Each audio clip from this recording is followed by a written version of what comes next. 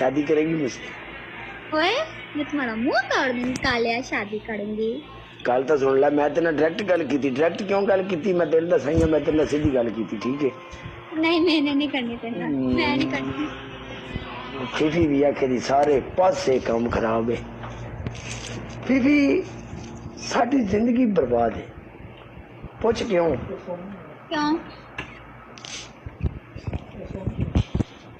सानू एक तो जिहड़ी कुड़ी नूं मैं टिकटॉक ते वेखना, मैं उहदे नाल गलबात करना, अगों मैनूं कुड़ियां दी तूं साडा भाई है।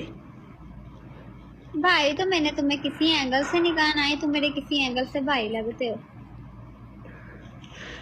फीफी मेरी जान, चलो फिटे मुंह कालिया, तेरे दिल ते भी किसी एक पासे खलोंदा है।